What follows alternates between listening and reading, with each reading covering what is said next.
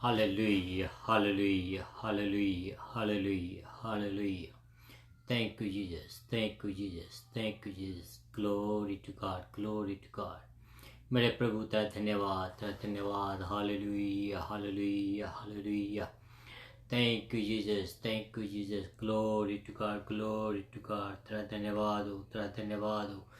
यीशु तेरा धन्यवाद, यीशु तेरा धन्यवाद, यीशु तेरा धन्यवाद, धन्यवाद, धन्यवाद, धन्यवाद. Hallelujah, hallelujah, hallelujah, hallelujah, hallelujah, hallelujah. प्रभु तुम महान है, प्रभु तुम महान है. यीशु तेरा धन्यवाद, यीशु तेरा धन्यवाद, यीशु तेरा धन्यवाद, यीशु तेरा धन्यवाद. ओ हालेलुया, हालेलुया, हालेलुया, हालेलुया. सभी अपने हाथों को उठाए, उसकी तारीफ करे, अपने परमेश्वर की तारीफ करे जो जीवित खुदा है. हम उस परमेश्वर का धन्यवाद करें जिस परमेश्वर ने मुझे और आपको संभाल कर रखा है. हम उस परमेश्वर का धन्यवाद करें कि जरा परमेश्वर आपको और मुझे संभालता है. Hallelujah, hallelujah, hallelujah, hallelujah, hallelujah. Thank you Jesus, thank you Jesus, thank you Jesus, thank you Jesus. We love you, Jesus. We love you. We adore you. We praise you, Lord. Hallelujah. मेरे प्रभु तेरा धन्यवाद हो, यीशु तेरा धन्यवाद हो, यीशु तेरा धन्यवाद हो. स्तुति के योग्य परमेश्वर तेरा धन्यवाद हो. हालेलुया. महान परमेश्वर तेरा धन्यवाद हो. मेरे खुदा तेरा धन्यवाद हो. तारीफ हो, तेरी तारीफ हो, तारीफ हो, तारीफ हो, तारीफ हो, तारीफ हो, तारीफ हो. Hallelujah, hallelujah. यीशु के नाम की तारीफ हो, यीशु के नाम की तारीफ हो. उसके नाम को महिमा दे, उसके नाम की तारीफ करे, उसके नाम को महिमा दे. वो भला परमेश्वर है, स्तुति के योग्य परमेश्वर है, प्यार करने वाला खुदा है. वो आपको बुलाता है. आइए हम सब मिलकर उसके हजूरी में जाएं.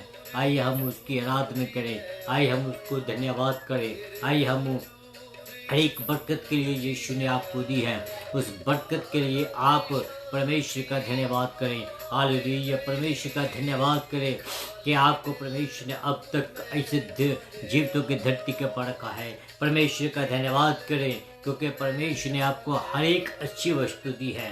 परमेश्वर का धन्यवाद करें कि परमेश्वर ने हर समय आपको भूखा नहीं सोने दिया, इसलिए उसका धन्यवाद करें. धन्यवाद करें वो अपने परमेश्वर का क्योंकि वो महान है. Hallelujah, hallelujah, hallelujah. आप जल्दी से जल्दी इस प्रोग्राम को शेयर करते चले जाएं, इस प्रोग्राम को लाइक करते चले जाएं, जिससे कि हम सब मिलकर उसकी आराधना कर सकें. तेरा धन्यवाद हो यीशु, तेरा धन्यवाद हो. स्तुति के योग्य परमेश्वर तेरा धन्यवाद हो. खास करके मैं तेरा धन्यवाद करता हूँ प्रभु जी तेरे प्रोटेक्शन के लिए. तेरा धन्यवाद करता हूँ यीशु तेरे अनुग्रह के लिए. तेरा धन्यवाद करता हूँ प्रभु जी कि तू अपने लोगों को बचा कर रखता है, अपनी पूरी कायनात को बचाता है, इसलिए तेरा धन्यवाद हो. धन्यवाद करता हूँ प्रभु जी तेरे अनुग्रह वास्ते. नो पिता परमेश्वर, हम तेरे चरण में आते हैं, हम अपने सिर को तेरे सामने झुकाते हैं. Hallelujah, hallelujah, hallelujah. ओ यीशु तेरा धन्यवाद हो. मैं तेरा धन्यवाद करता हूँ प्रभु जी तेरी हर एक आशीष के लिए. धन्यवाद करता हूँ प्रभु जी के आज के दिन के लिए. धन्यवाद करता हूँ प्रभु जी के आज के दिन जहाँ जहाँ भी तेरे वचन की मुनादी की गई है उसके लिए, और जो अभी की जा रही है उसके लिए तेरा धन्यवाद करता हूँ. धन्यवाद करता हूँ तेरे हर एक दास के लिए. धन्यवाद करता हूँ उनकी हर एक कलीसियाओं के लिए. पिता परमेश्वर जी के इन कलीसियाओं के बीच में काम कीजिए. उन्हें प्रभु जी के इनके द्वारा बहुत तारीफ से काम हो मेरे खुदा, जिससे पिता परमेश्वर तेरा वचन फैलता चला जाए, जिससे पिता परमेश्वर तेरे नाम को महिमा मिले. मेरे अनुग्रह कही स्वर्गीय परमेश्वर तेरा धन्यवाद हो. स्तुति के योग्य परमेश्वर तेरा धन्यवाद हो. इस संसार के ऊपर अपना अनुग्रह बनाए पिता परमेश्वर. यीशु राजा तेरी मर्जी पूरी हो मेरे यीशु. जैसे तू चाहता है वैसे ही इस संसार को चलाएं. खास करके मैं प्रार्थना करता हूँ इंडिया के लिए. इंडिया के लोगों को अपने हाथों में लीजिए. इंडिया की गवर्नमेंट को अपने हाथों में लीजिए. उनके प्रभु जी के वहाँ जो कोरोना का दूसरी लहर चल रही है, उस कोरोना की इस दूसरी लहर के बीच में पिता परमेश्वर उनको तो तौफीक दे, बुद्धि दे, समझ दीजिए, जिससे पिता परमेश्वर तेरी समझ से इसको कंट्रोल कर सकें. यीशु राजा मैं प्रार्थना करता हूँ कि आने वाले दिनों में पिता परमेश्वर की मदद कीजिए. यीशु राजा हर एक अपने बंदे को अपने हाथों में ले, हर एक के ऊपर तेरा अनुग्रह हो प्रभु जी. हर एक को अपने मेहनत के लिए इस्तेमाल करें मेरे यीशु राजा. हालेलुया. मेरे प्यारे परमेश्वर का धन्यवाद हो, धन्यवाद हो, धन्यवाद हो, धन्यवाद हो. Glory to your holy name O Lord, glory to your holy name. Hallelujah. Thank you, Jesus, for your grace. Thank you, Lord, for your abundant life you have given to us. Thank you, Lord, for your protection. Thank you, Lord, for your provision. Hallelujah. Thank you, Lord, for your protection for each and every one of us, oh Lord. Hallelujah. मेरे अनुग्रह का ईश्वर की परमेश्वर तारीफ हो यीशु तेरे नाम की तारीफ हो यीशु Jesus Christ. We lift up your holy name, O Lord. We lift up our hands before you, Lord. We open our heart before you, Lord. We ask the Lord, please send the Holy Spirit, and He will fill our heart with the joy. Hallelujah. He will fill up our heart with the love. Hallelujah. मेरे अनुग्रह का ईश्वर की परमेश्वर का धन्यवाद हो. Let the Holy Spirit will control us. Let the Holy Spirit will lead us. Let the Holy Spirit will guide us. Hallelujah. In your name. Hallelujah. प्रभु जी का धन्यवाद हो यीशु का धन्यवाद हो प्रभु जी तेरे रहमतों के लिए धन्यवाद हो स्तुति के योग्य परमेश्वर का धन्यवाद हो उन्हें प्रभु जी के अपने लोगों का अपने महिमा के लिए इस्तेमाल करें. मैं प्रार्थना करता हूँ प्रभु जी इस संसार के लिए संसार के हर एक आगू के लिए खास करके प्रार्थना करता हूँ अमेरिका के लिए. अमेरिका के जो प्रेसिडेंट है जो बाइडेन और उसकी पूरी कैबिनेट जो है पिता परमेश्वर इसको अपने हाथ में ले अपनी समझ और बुद्धि दीजिए. पिता परमेश्वर होने दे कि वो तेरे बताए हुए हुक्म के मुताबिक चले. पिता परमेश्वर जो भी इस जहाँ पिता परमेश्वर जो मिक्स कम्युनिटी है पिता परमेश्वर उनका लेखा तू आप अपने हाथों से ले. प्रभु जी अपने लोगों को बचा प्रभु जी. पिता परमेश्वर ये देश तेरे ही हुक्म के मुताबिक और तेरी प्रिंसिपल के मुताबिक बिब्लिकल प्रिंसिपल के मुताबिक ये खड़ा हुआ है. प्रभु जी तू महान है यीशु राजा. तो त्याग कीजिए प्रभु जी. त्याग करो मेरे यीशु राजा. हमारे सब लोग के ऊपर त्याग करो मेरे प्रभु जी. इन सब बातों को मैं तेरे हाथों में देता हूँ. मांगता हूँ अपने घर करता प्रभु यीशु मसीह के पाक और पवित्र नाम से सुन और कबूल कर. आमीन. Hallelujah hallelujah. तो मेरे जी जो आइए हम अपने इस प्रोग्राम को शुरू करें. मैं परमेश्वर का धन्यवाद करता हूँ आप सब लोगों के लिए. ये बहुत प्यारा गाना है इसको सुनिएगा.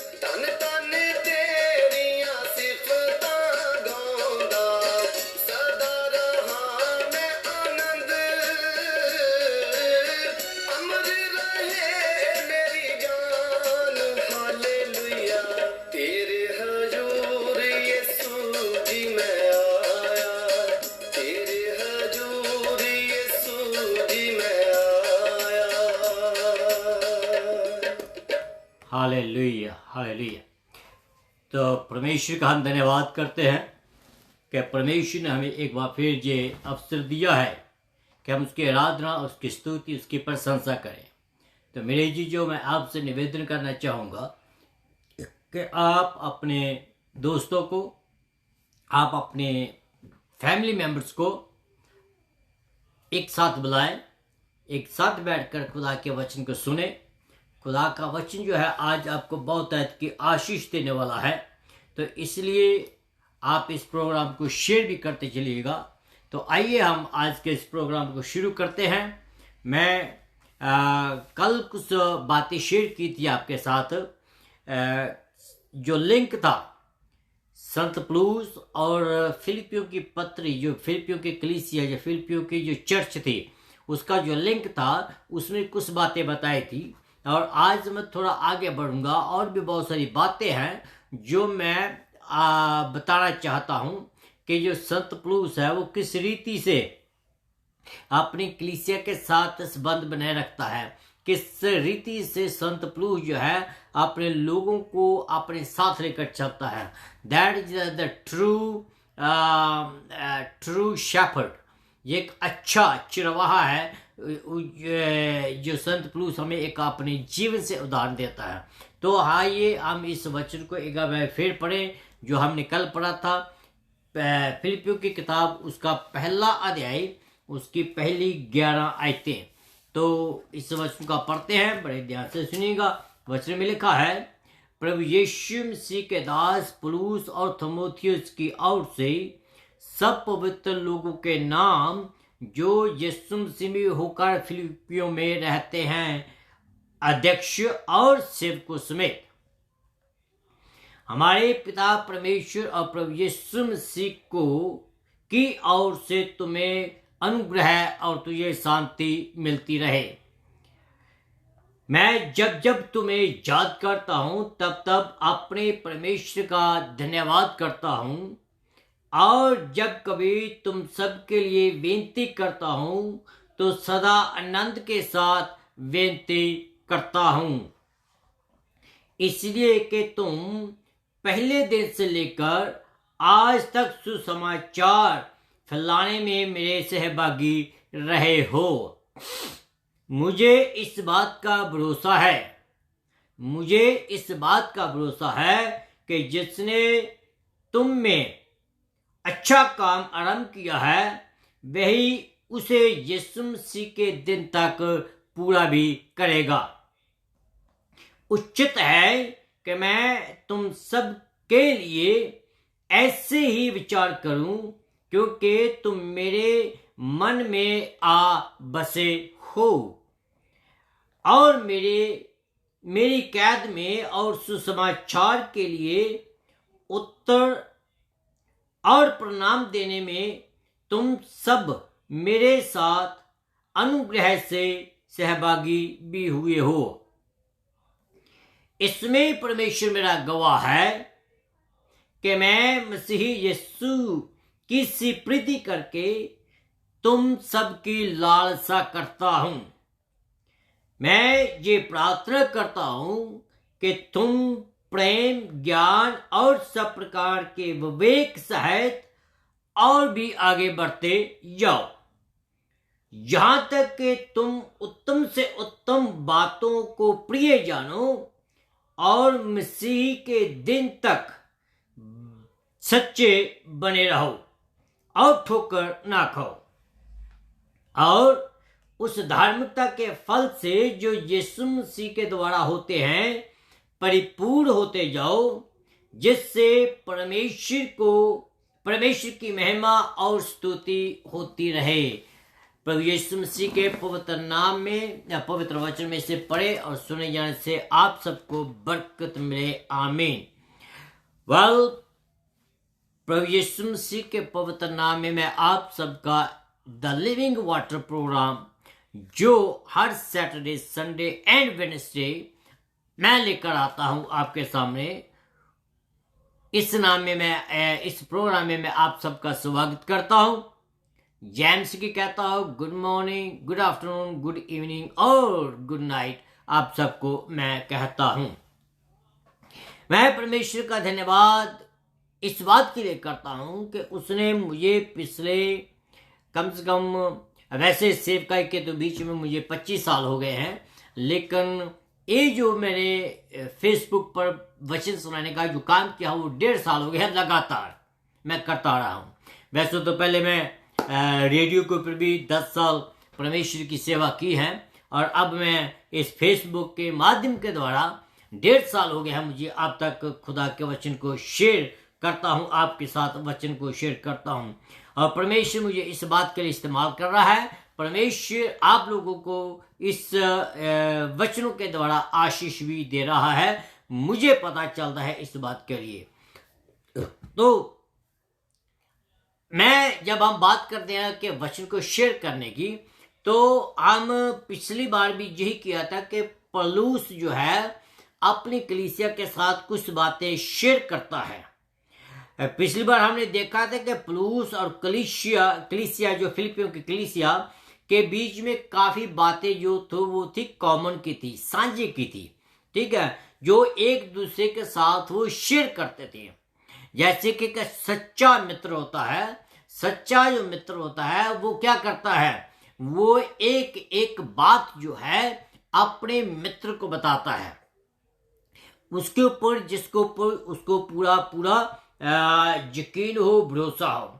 तो ये जो बातें हैं वो एक दूसरे के साथ शेयर करते हैं। तो आज हम कुछ और बातें देखेंगे जो संत पौलुस जो है पौलुस ने जो आज शेयर करने वाला है। वैसे तो संत पौलुस ने बहुत सारे खत लिखे हैं, 13 खत लिखे हैं।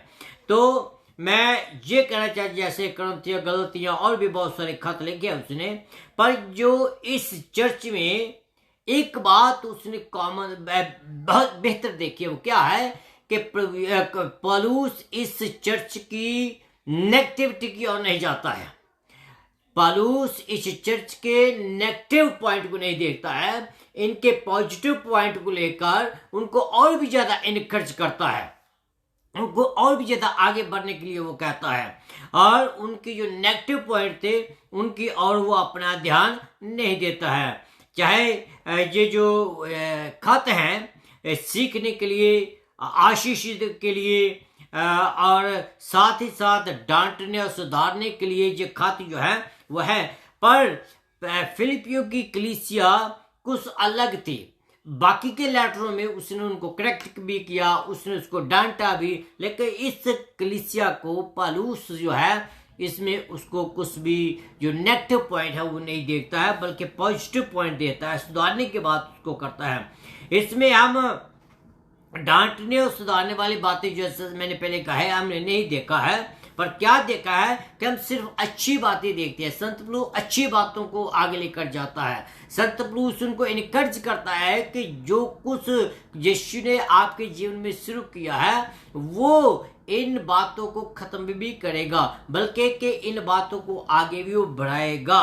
तो इसलिए ये जो कलीसिया है पौलुस के साथ खड़ी थी प्रार्थना के द्वारा, पौलुस के साथ वो खड़ी थी पैसे के द्वारा, पौलुस के साथ वो खड़ी थी संगति के द्वारा, और हर एक तरीके से संत पौलुस के साथ ये जो कलीसिया थी, एक कलीसिया उसके साथ खड़ी थी वचन को सुनाने के द्वारा, पैसे के द्वारा, संगति के द्वारा।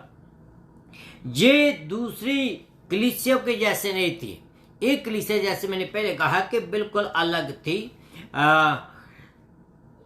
क्यों? क्योंकि पौलुस इनको पौलुस जो है इनकी मोहब्बत को, इनके प्यार को, इनकी सेवकाई को कभी नहीं भूलता है। क्यों? क्योंकि ये जो कलीसिया थी पौलुस की पहली कलीसिया थी, और इसलिए जैसे हम आम कहते हैं कि जो पहली मोहब्बत होती है वो बहुत कम भूली जाती है, बहुत मुश्किल है होता है उसको भूलना। तो इसलिए संत पौलुस इस कलीसिया की मोहब्बत को जो इस कलीसिया ने उनको दिखाई है वो भूल नहीं पा रहा था।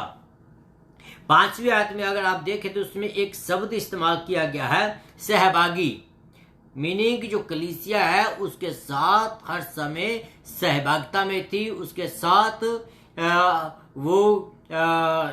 उसके साथ थी हर समय में।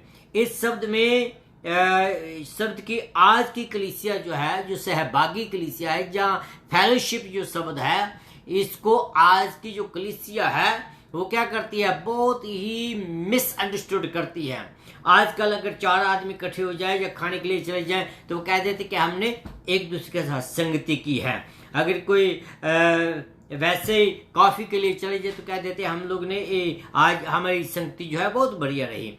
लेकिन जो मसीही की कलीसिया है, जो कलीसिया की जो संगति है, वो इस दुनिया की संगति से कहीं बढ़कर है। हम लोग कहते हैं we have a wonderful fellowship. It's not a fellowship, it is a friendship. ये संगति नहीं है, ये दोस्ती है। ये दोस्ती के लिहाजे से हम एक दूसरे को जाकर मिलते हैं, ठीक है। असली संगति जो है इससे कहीं बढ़कर है। मसीह की संगति जो है इससे कहीं बढ़कर है। इंग्लिश में फेलोशिप शब्द जो है वो उसको एक ग्रीक के शब्द में लिया गया है, एक कोनियो, KOINWING। कोनियो इसका मीनिंग है कि the things are in common, the things they can share, it's very very very close tie जो है वो मिल के एक दूसरे के साथ जैसे बड़े ग्लू के जैसे चिमड़े होते हैं, वैसे एक ये कलीसिया है। मसीहत में हमारी बातें जो है और हमारी चीजें जो हैं वो साझी की होनी चाहिए। जो पहली कलीसिया थी, जो आप देख सकते हैं प्रेरितों के काम में उसके दूसरे अध्याय में, कि वो जो कलीसिया थी उनकी किस रीति से सब चीजें साझे की थी। जो कुछ भी वो कमाते थे वो साझे का था, जो कुछ भी खर्चते थे वो भी साझे का था। मीनिंग कि everything what they do, everything they were all together. इस मामले में फिलिपियों की कलीसिया थोड़ी और आगे बढ़ गई थी, है ना, और भी ज्यादा बाकी कलीसियों से ज्यादा और भी आगे बढ़ गई थी और बहुत बढ़िया काम कर रही थी। क्यों? क्योंकि वो दिखावटी नहीं कर रही थी, वो सिर्फ दिखावे के लिए नहीं करती, वो सच्ची संगति करती थी, दिल से संगति करते थे वो। चाहे कि हम कहें कि हमारी जो कलीसिया है बहुत बढ़िया है, बहुत अच्छी है, पर फिर भी हमें अपने कलीसियों के बीच में सुधारने की जरूरत है। कहीं ना कहीं रूम होता है जिसमें हम अपने आप को सुधार सकते हैं। एक बात मैं आपको बताना चाहता हूं कि आजकल की जो कलीसिया है, आजकल की कलीसिया कोई भी परफेक्ट नहीं है और यीशु चाहता भी नहीं है परफेक्ट। यीशु चाहता है कि ऐसे हर एक कलीसिया के बीच में ऐसे लोग आए जिनको उसकी जरूरत है।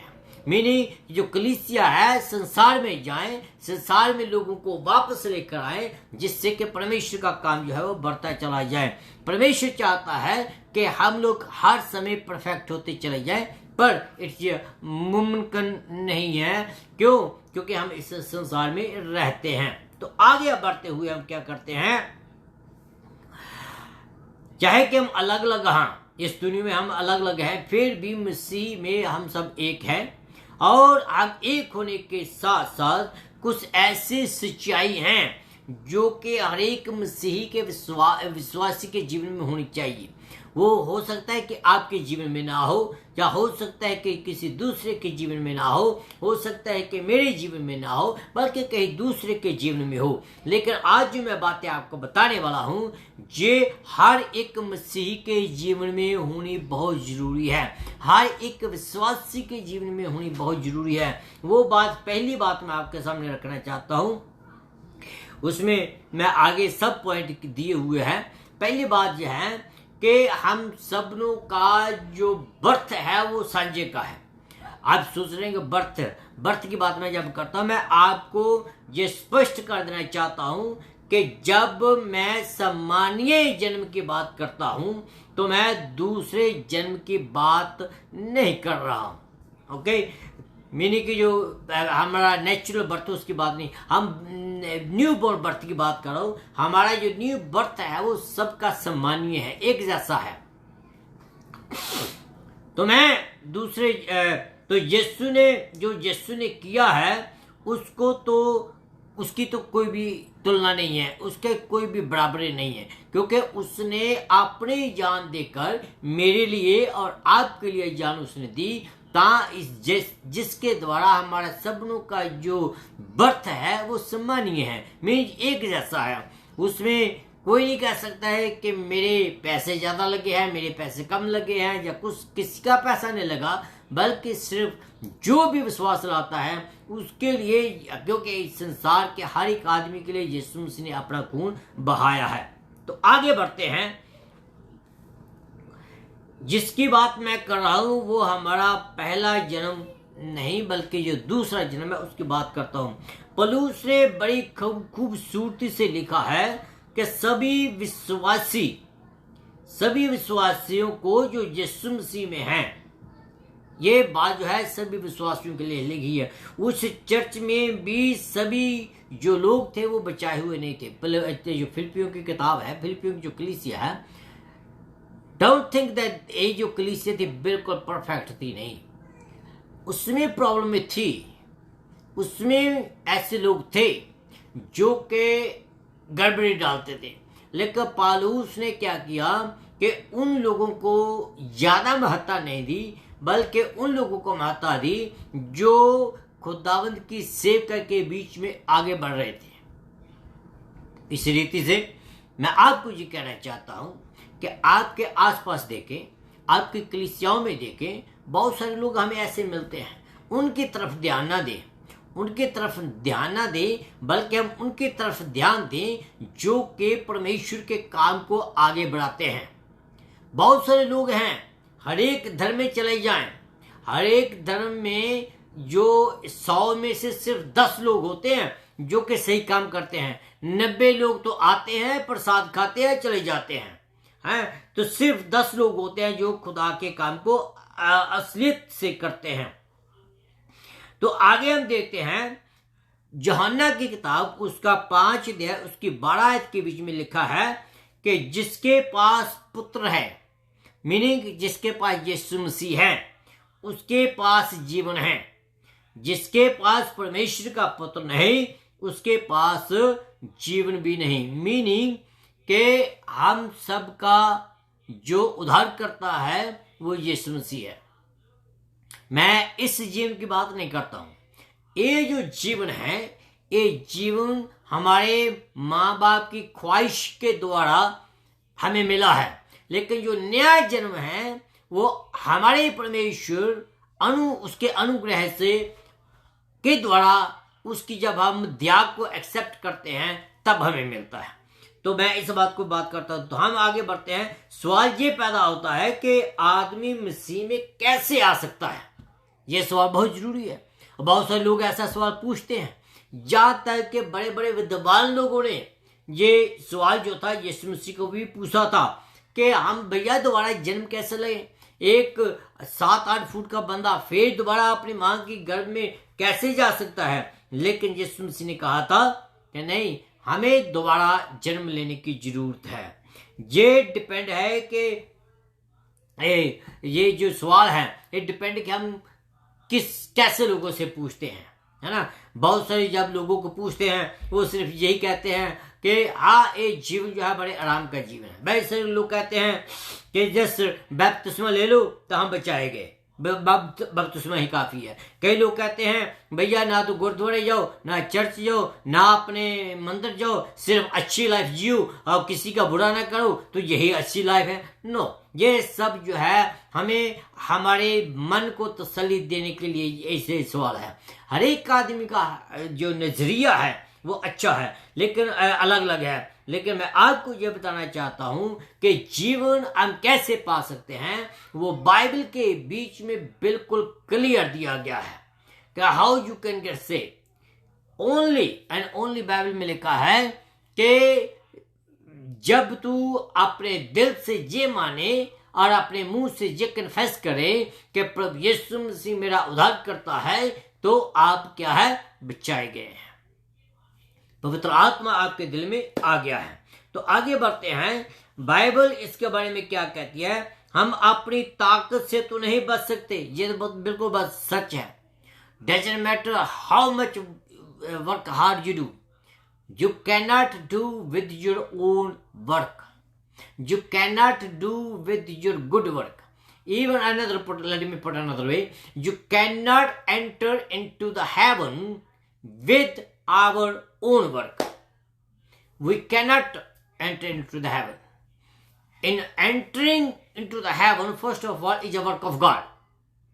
Second thing is depend on you to whom you put your trust on. कि तू अपना विश्वास किसके ऊपर रखता है. तो बाइबल साफ कहती है कि यीशु मसीह जो है वो रास्ता है. यीशु मसीह रास्ता है. यीशु मसीह दरवाजा है. दरवाजे के द्वारा ही हम अंदर दाखिल हो सकते हैं. मीनिंग कि यीशु मसीह ही स्वर्ग का दरवाजा है. जब हम दरवाजे से स्वर्ग में जाना है, स्वर्ग में, तो दरवाजे से होकर जाना पड़ेगा. दूसरी बात, निजात पाने का सही तरीका जो है वो हमें बाइबल बताती है कि कैसे हम निजात पा सकते हैं, जिसके बारे में आपको बताया है. बाइबल ये भी बताती है कि ये जो निजात है सब लोगों के लिए है. सिर्फ ये नहीं है कि ये मसीह लोगों के लिए है, बल्कि सब लोगों के लिए. Anybody can get this life. कैसे? यीशु मसीह के ऊपर विश्वास लाने से. अगर नहीं तो एक्सपेरिमेंट करके देख लें. मेरे ऊपर यकीन ना करें मैं क्या बोल रहा हूं. बाइबल पढ़ के देखें. बाइबल आपको बताएगी कि बाइबल में क्या लिखा है. तो आगे बढ़ते हैं. बाइबल हमें बताती है कि जो भी यीशु मसीह के पास नहीं आता है वो उसका नहीं है. वो उसको पा ही नहीं सकता. वो उसका पुत्र नहीं है और ना ही वो स्वर्ग में जा सकता है. यह बाइबल का कहना है, मेरा नहीं. बहुत सारे धर्मगुरु जो हैं वो रास्ता दिखाते हैं स्वर्ग का, लेकिन कभी किसी ने नहीं कहा कि रास्ता मैं हूं, मेरे साथ चलो मैं आपको स्वर्ग ले जाऊंगा. यीशु मसीह ने कहा, I am the way, whoever will come to me will go into heaven. तो पहली बात हमने देखी थी कि हमारा सबनों का जो बर्थ है वो एक जैसा है, समानीय है.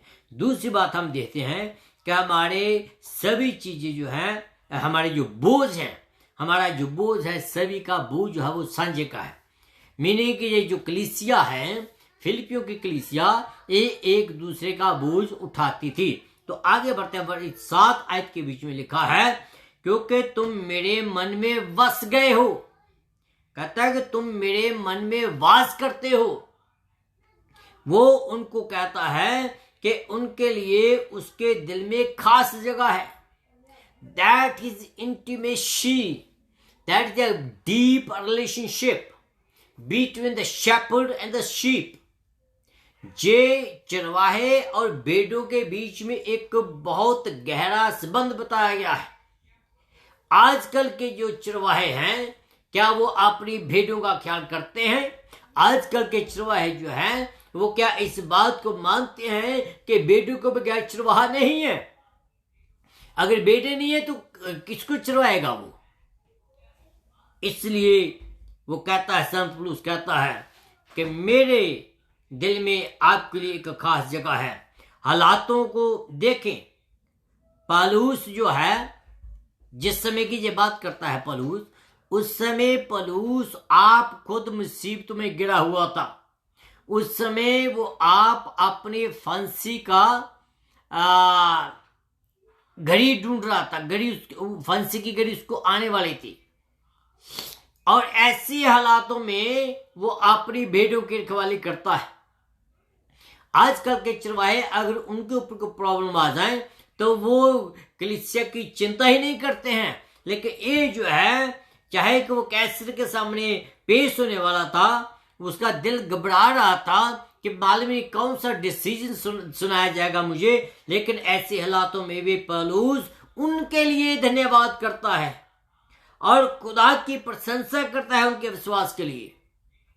और कुछ हमें भी ऐसा करना चाहिए.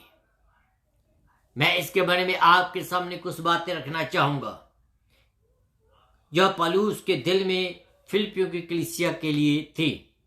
शायद आप इसमें बहुत कुछ सीख सकते हैं. तो आइए हम इसको देखें कि परमेश्वर का क्या कहता है। पहली बात वो पौलुस कहता है कि जो स्तुति का बोझ है वो शेयर करता है। कहता है कि जब भी पौलुस इन विश्वासियों को याद करता है तो उसका जो दिल है वो खुशी से भर जाता है। मीनिंग उनको याद करता है किस बात के लिए कि उन लोगों ने मसीह के वचन को फैलाने में कितनी ज्यादा मेहनत की। मैं आपको एक बात बताता हूँ, एज ए दास, खुदा का जो दास होने के नाते मैं आपसे एक बात आपको बताना चाहता हूँ।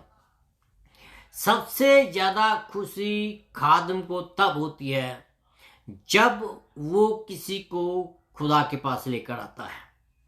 तो संत पौलुस जो था, इसका ये फिलिपियों की पहला फल था।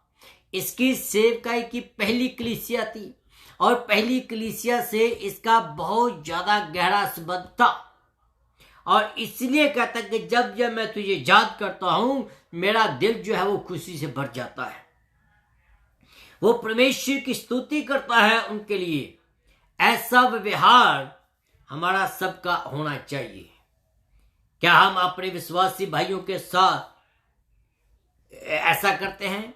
हम अपने भाई विश्वासियों को ऐसा देखते हैं? क्या हम उसके कामों को देखकर जो उन लोगों ने आपके साथ किए हैं, जहां हम उनके निजात को देखकर खुश होते हैं? बहुत सारे लोग तो ऐसे भी हैं जो कि किसी के निजात को देखकर खुश नहीं होते। बहुत सारे लोग हैं कि जो चर्च की बात मैं करता हूं कि चर्च के बीच में रहते हुए अगर एक विश्वासी को ज्यादा अच्छी तनख्वाह मिलती है या एक विश्वासी का जो स्टैंडर्ड थोड़ा ऊंचा है तो वो दूसरों की तरफ देखता नहीं है। ऊंच नीच की भावना है। लेकिन ये जो कलीसिया है, एक कलीसिया अपना बोझ है वो सांझे का बोझ था। एक दूसरे का बोझ उठाते थे। वो अगर कोई गिर रहा है दूसरा आकर उसको उठाता था। अगर कोई भी उनको जरूरत पड़ती थी वो एक दूसरे का बोझ उठाते थे। फिर वो आगे क्या कहता है? कहता है कि वो एक दूसरे को प्रार्थना में उठाते थे। प्रार्थना का बोझ था। वो बोझ के साथ उनके लिए प्रार्थना करता है। संत पौलुस जो है बड़ी सिद्धता से, बड़ी ईमानदारी से अपनी कलीसिया के लिए प्रार्थना करता है।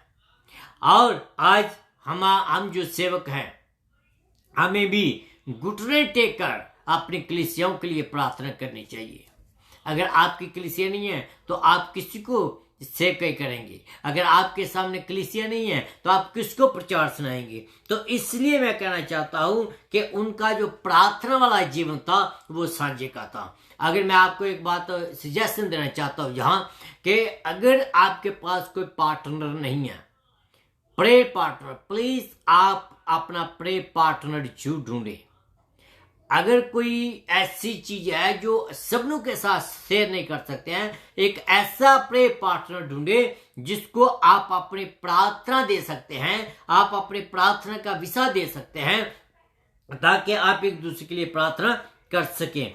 फिर हमारा ऐसा ही व्यवहार होना चाहिए कि हम एक दूसरे को प्रेम करें ताकि हम उनके लिए प्रार्थना कर सकते हैं। पहली बात तो ये है कि अगर मैं किसी को प्रेम नहीं करता तो मैं उसके लिए प्रार्थना कैसे कर सकता हूं? हर एक जो विश्वासी है उसको प्रार्थना वाला जो जीवन है वो उनके लिए बहुत जरूरी है। हर एक जो विश्वासी है उसको प्रेम करना जरा बहुत जरूरी है। अगर प्रेम नहीं है तो हम एक दूसरे के लिए प्रार्थना भी नहीं कर सकते हैं। अगर हमारा विश्वासी भाई को दुखी है तो हम उसको परमेश्वर के पास ले जाएं।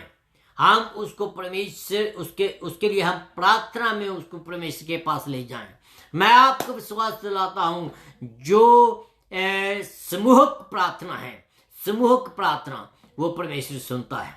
क्यों? क्योंकि वचन में लिखा है जहां 2 या 3 उसके नाम में एकत्र होते हैं और जो एक मन से प्रार्थना की जाती है तो परमेश्वर उस प्रार्थना को सुनता है।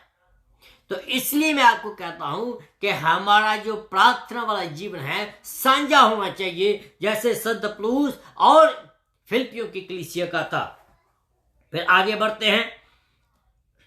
जो 5वीं आयत में लिखा है कि वो साझेदारी का बोझ था उनके पास। कैसे? पौलुस उनका धन्यवाद करता है कि जिस काम के लिए खुदा ने उसको बुलाया था, जिस काम के लिए खुदा ने पौलुस को बुलाया था, उसमें साझीदार ये कलीसिया बनी। तो इसलिए एक चीज में जे मैं उसके साथ थी। किस चीज में? वचन को सुनाने में। वचन सांझे का था।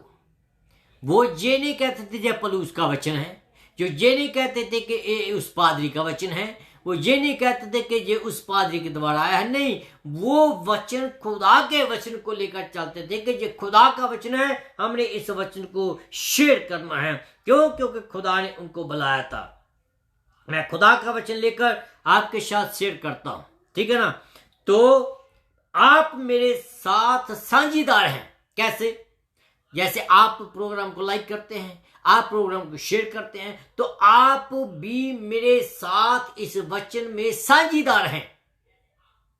तो अगर आपकी कोई वीडियो मेरे पास आती है, उसको मैं सुनता हूं और मैं उसको ज्यादा आगे शेयर करता हूं, इट मीन्स कि मैं आपकी सेवकाई के बीच में साझेदार हूं।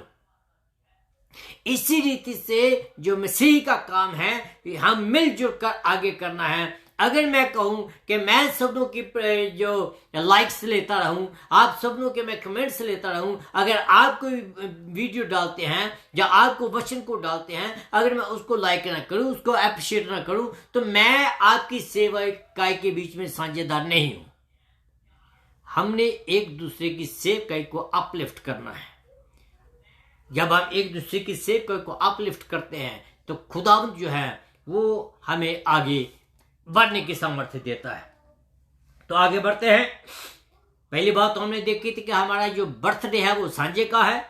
दूसरी बात हमने देखी थी हमारा बोझ सांझे का है। तीसरी बात देखते हैं कि हमारी जो आशीषें हैं वो भी सांझे की हैं। ऐसा नहीं है कि हम पैसा देते रहें, बोझ उठाते रहें, जन्मदिन सांझे का है, जब बरतों की टर्न आई तो कोई और ले जाए, ऐसा नहीं है। संत प्रभु जो है वो इस बात को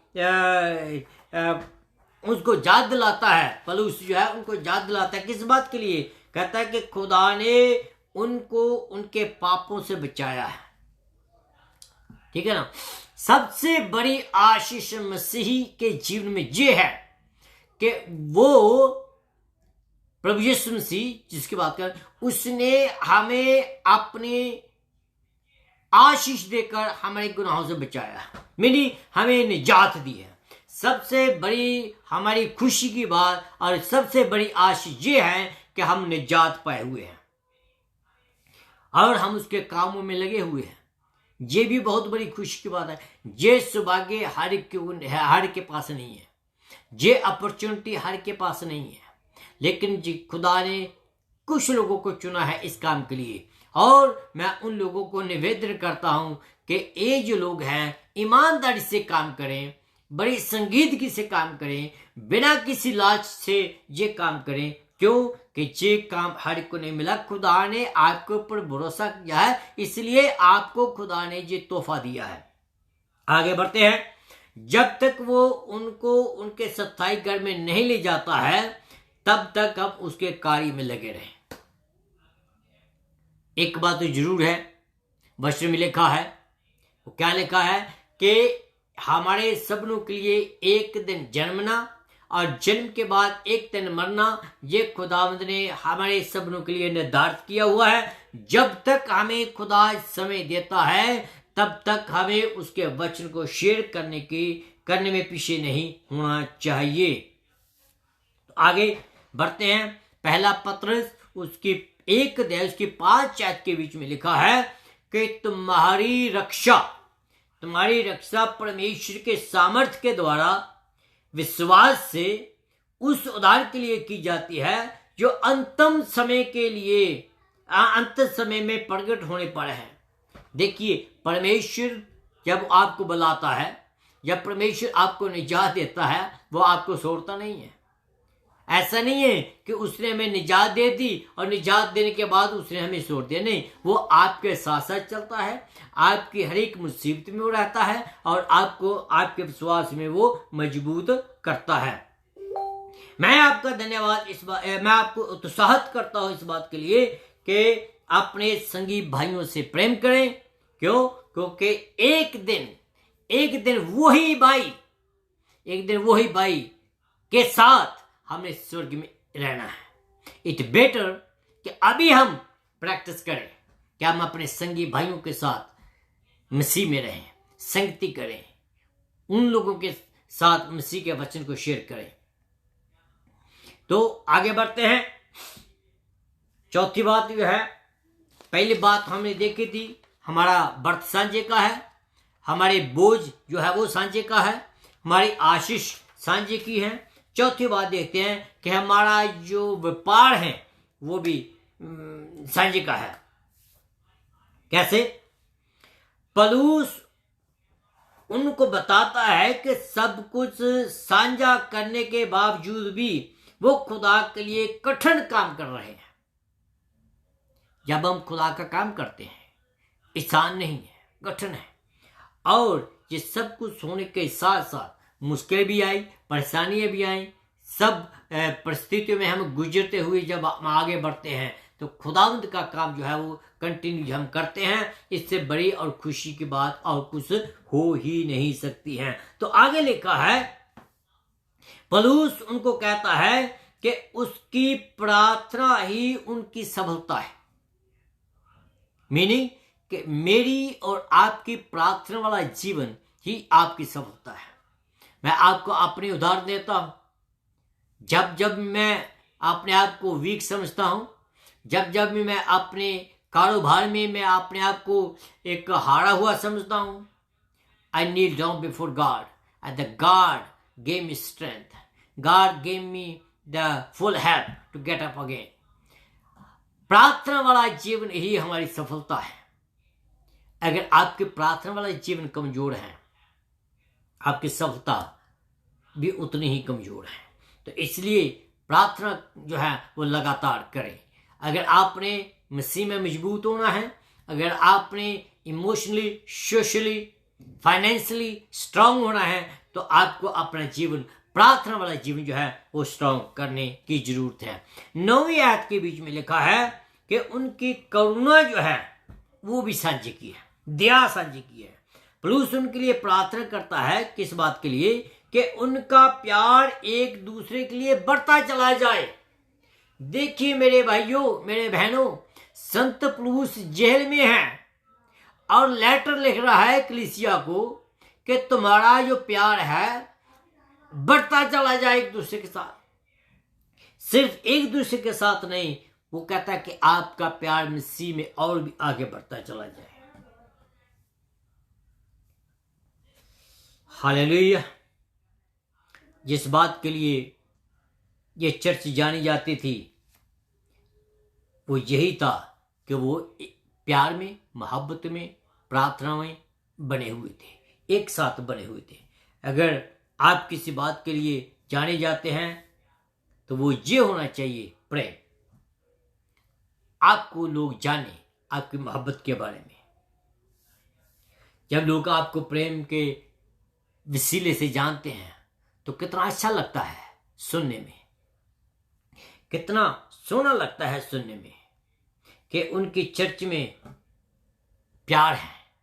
अगर आप किसी चर्च में जाते हैं, वहां आपको प्यार नहीं मिलता है, तो आप क्या कहते हैं? वहां तो भैया बड़े रुस्से खुस्से लोग हैं, वहां तो किसी का मुंह इधर को है, किसी का इधर को है। एक बार वो चर्च में आएगा, दूसरी बार आएगा नहीं। हाँ, दूसरी बात जो है, हर एक आदमी जो है चर्च के बीच में, कलीसिया के बीच में क्या क्या चाहता है? प्यार चाहता है। ऐसा नहीं है कि अगर एक दिन एक आदमी चर्च में आया नहीं तो फिर जो पादरी है या जो चर्च के एल्डर है उसको गाली ना करे, या ऐसा एटीट्यूड हमारा हो, हाँ भाई को आता है तो आए, जाता है तो जाए, किसी ने मेरे लिए तो आना नहीं। जो आता है तो अपने लिए आता है तो आशीष पाने के लिए आता है। ऐसा एटीट्यूड जो है वो चर्च की ग्रोथ नहीं होने देता। We need to have attitude जिसके साथ हम सब कलीसिया के एक एक मेंबर को लेकर साथ चलें। जब हम एक एक मेंबर की प्रवाह करते हैं, जब हम एक एक मेंबर की सुधि लेते हैं, तो आपकी कलीसिया के बेंच वो कभी खाली नहीं होंगे। आज कलीसियाओं के बीच में बेंच खाली क्यों है? क्यों? क्योंकि कलीसियाओं के बीच में प्यार नहीं रहा, कलीसिया के बीच में प्रार्थना वाला जीवन नहीं रहा, तो इसलिए ये प्रॉब्लम होती है। तो 11वीं आयत के बीच में लिखा है उनका पूरा होना, वो भी सांझे का है। जैसे लिखा है पौलुस की आखिरी प्रार्थना उनके लिए ये थी कि जो कुछ खुदा ने आपके जीवन में शुरू किया है वो इस बात को खत्म ही करेगा, और जो काम उसने आपके जीवन में पूरा किया है उसका पूरा पूरा फल भी आप लाएं। ऐसा नहीं है कि खुदा ने निजात का काम शुरू कर दिया है और आप उसका फल नहीं को ला रहे। वचन में लिखा है कि अगर दरख्त फल नहीं देता है उसको काट दिया जाता है और उसको आग में झोंक दिया जाता है। तो मेरे अजीजों, जिससे खुदा हम ऐसा फल लाएं, ऐसा काम करें जिससे मेरा और आपका खुदा जो है वो महिमा पाए और खुश हो।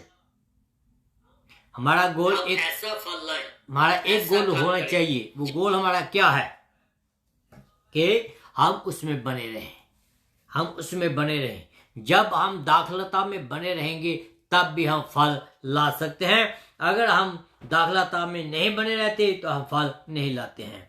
अगर हम ऐसा करते हैं तो कोई भी मुश्किल हमें नहीं होगी फल लाने से, कोई भी दुनिया की ताकत नहीं होगी हमें रोकने वाली कि हम फल ना लाएं, बल्कि हमें दाखलता में बने रहने की जरूरत है। जब हम फल लाते हैं तो हम अपने ही बारे नहीं सोचते। जब आप फल लाते हैं हम अपने बारे नहीं सोचते, बल्कि फिलिपियों की जो कलीसिया थी वो इस बात के लिए महान जानी जाती थी। क्यों? क्योंकि वो जो 4 बातें मैंने आपको बताई है वो सब बातें उनके साझे की थी, शेयर करते थे एक दूसरे के साथ। एक बात मैं और आपको बताना चाहता हूं, जब आप किसी के साथ कुछ शेयर करते हैं तो ये मत समझे कि आप उसके ऊपर एहसान करते हैं। पहली बात तो आप खुदा के वचन को पूरा करते हैं। दूसरी बात यह है कि आप अपनी बरकतें दुगनी कर पाते हैं खुदा से, ये उसका वादा है। तो इसलिए मेरे जीजो, आप मसीह में बने रहिएगा, हम उसके साथ बने रहिएगा। हम ये जो 4 बातें मैंने आपको बताई हैं, पहली बात हमारा बर्त सांझे होना चाहिए, हमारा सब लोग का बपतिस्मा होना चाहिए, हम सब पवित्र आत्मा के द्वारा चलाए चलने चाहिए। दूसरी बात कि हम एक दूसरे का बोझ उठाएं। तीसरी बात जो है वो वचन में लिखा है कि हमारी जो बरकतें हैं वो भी सांझे की होनी चाहिए। फिर हमारा जो व्यवहार है वो भी सब सांझे का होना चाहिए। तो मेरे जो मैं उम्मीद करता हूँ कि आपने इस वचन से बहुत तरह की बरकत पाई होगी। अगर आपको कोई सवाल है, जहाँ कुछ समझ नहीं आया, जहाँ मैंने आपको कंफ्यूज किया है, तो प्लीज़ आप मेरे साथ कांटेक्ट कर सकते हैं, ताकि हम एक दूसरे के साथ शेयर करें एक दूसरे को और हम आगे बढ़ते चले जाएं। खुदा आपको बहुत तरह की बरकत दे। और अगर आपके पास कोई प्रार्थना का विषय भी है तो भी आप प्रार्थना का विषय हमें भेज सकते हैं ताकि हम प्रार्थना करें। तो आइए हम अपने सिर को झुकाएं, दुआ में जाएं और प्रार्थना करें। अनुग्रह के स्वर्गीय परमेश्वर तेरा धन्यवाद करता हूँ क्योंकि तू बड़ा और स्तुति के योग्य परमेश्वर है। धन्यवाद करता हूँ प्रभु जी के आज के इन वचनों के लिए जो तूने प्रभु जी हमें दिए कि हम एक दूसरे के साथ शेयर कर सकें। इन वचनों के द्वारा पिता परमेश्वर अपने हर एक विश्वासी को बहुत तरह की बरकत दीजिए, हर एक ईमान में मजबूत बनाए, जिससे प्रभु जी हम तेरे नाम को महिमा देने वाले हो सके। तो सच्चा और जीवता परमेश्वर है, प्रार्थना को सुना इसलिए धन्यवाद हो। यीशु मसीह के नाम से मांगता हूँ, आमीन एंड आमीन। Hallelujah hallelujah. खुदावंद आप सबको बरकत दे। फिर नेक्स्ट वीक आपसे मिलेंगे वेडनेसडे को मेसी एंड सन्स फाउंडेशन के माध्यम के द्वारा मैं आपके साथ बातचीत करूंगा खुदा के वचन में से। खुदा बरकत दे। आमीन।